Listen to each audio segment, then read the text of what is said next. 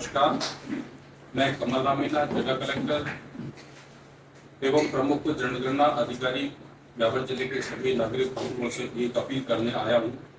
जैसा कि आप सभी को पता है, 2027 को आधार मानते हुए जनगणना कार्य 2027 प्रारंभ किया जा रहा है और 1 मई से यह कार्य प्रारंभ हो रहा है। प्रथम चरण में 1 मई से 15 मई के बीच में सेल्फ एन्यूमरेशन का काम किया जा रहा है। सबसे इम्पोर्टेंट बात यह है कि यह जनगणना टोटली डिजिटली है, ऑनलाइन है।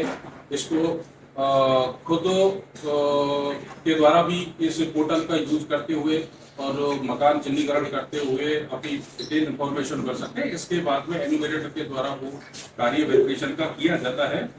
आज आपको सभी को पता है, देश के किसी भी आर्थिक विकास के लिए, बुनियादी ढांचे के विकास के लिए, शैक्षणिक, आर्थिक, सामाजिक सुविधाओं के विकास के लिए जनसंख्या का एक फिगर होता है, वो इम्पोर्टेंट होता है। उसके आधार पर ही सारी योजनाएं बनती हैं।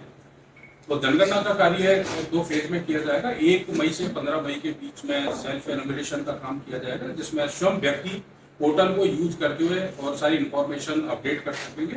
जैसे वो अपडेट करके सबमिट करेगा, उसको 11 फिगर की एक आईडी उसको जनरेट होगी और जो उसे एसएमएस के जरिए, ईमेल के माध्यम से उसे प्राप्त होगी। इसके बाद में जो एन्यूमरेटर लगाया गया है वो 16 मई से और 14 जून के बीच में वो फिजिकल वेरिफिकेशन करेगा। उस सेकंड फेज में वो सबसे पहले हाउस जितने भी उनका चिन्हीकरण करके और उनका नंबरिंग करेंगे और उसके आधार पर प्रत्येक जो चिन्हीकृत मकान है, उनके जो मकान के मुखिया है, उनसे जिन्होंने ऑनलाइन ये सर्वे करके अपने डाटा को सबमिट किया है, उनसे आईडी प्राप्त करके उसका वेरिफिकेशन करके उसको सत्यापित करेंगे। तो मेरा सबसे अनुरोध है ब्यावर जिले के सभी नागरिक बंधुओं से कि स्वयं गणना के इस कार्यक्रम में सभी जो है सभी लोग सहभागी बने, ज्यादा से ज्यादा इस कार्य को करें।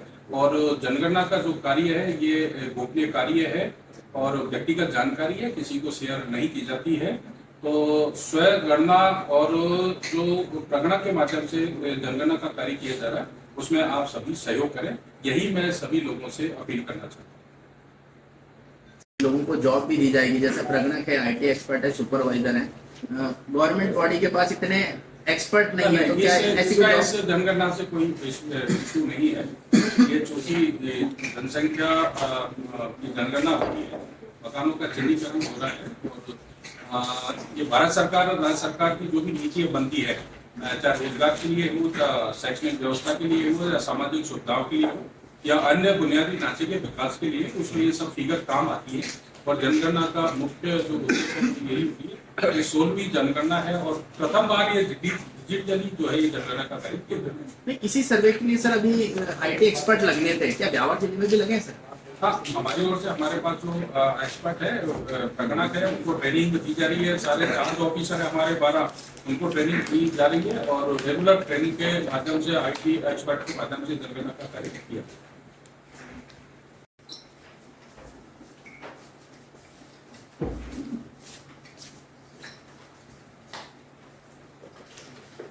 का काम है, सर एक बार के लिए उसको टाइम नहीं लगेगा, केवल वेरिफिकेशन करेंगे, सबमिट कर देंगे, वेरीफाई कर देंगे। तो ये इम्पोर्टेंट है। तो आज आप यही मैसेज देना चाहते हैं कि इसको मैक्सिमम जो है स्वयं गणना का जो कार्य है हमारा 15 इसमें ज्यादा से ज्यादा हम लोगों से अपील करके खासतौर पर हमारा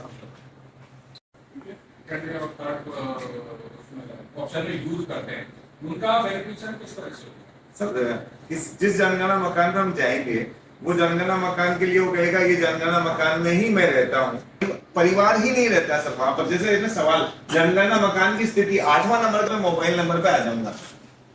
अब हमारे को नहीं जानना है लोग रहते हैं या इसमें 1700 लोग रहते हैं, तो फिर अपने पास वापस ये बात आएगी कि काम का लोड ज्यादा है, तो 800 का अलग कर देते हैं, 700 का अलग कर देते हैं, 34% सारे के सारे। और फिर आने में सारांश के रूप में उनके परिवार के जो भी सदस्य उनके सामने पढ़ के बताऊंगा, देखो आपके मुखिया का नाम तो सुरेश जी लिखा हुआ है, उन्होंने इसमें 12 जनों की बात की है। आपके रहने के लिए 3 कमरों की बात हुई है इसके अंदर। यहाँ पर 3 जोड़े निवास करते हैं। यहाँ आपके जो शौचालय है वो मतलब परिसर के भीतर ही उपलब्ध है। आपको उपचारित नल मिल रहा है। ये सब बातें आप ठीक चल रहा है, ओके ओके बताते जाएंगे। मैं उनसे वेरीफाई हो जाएगा तो मैं पुष्टि कर दूंगा। कहीं पर भी वो बताते नहीं सर यहाँ ये गड़बड़ हुई है थोड़ी सी, उस बच्चे ने गलती से सही नहीं भरा है, ये इसमें सेफ्टी टैंक पूछा है, जबकि हम तो यहाँ पर जो है सीवरेज लाइन से जुड़े हुए हैं। तो सर इसको सीवरेज कर दीजिए प्लीज। तो हम उसको सीवरेज करके एडिट कर देंगे, क्योंकि उत्तरदाता के द्वारा कहा गया है, और हम उसको एडिट करके फिर सबमिट कर देंगे। तो वहां मकान नंबर, जनगणना मकान नंबर, परिवार नंबर बाय डिफॉल्ट हमारे आते जाएंगे, जो हम उसके अंदर ऐड करते जाएंगे वो आ जाएगा बाय डिफॉल्ट। पहली लाइन के लिए पहला वेरिफिकेशन फेल आया, नेक्स्ट किया जाना अनिवार्य होगा।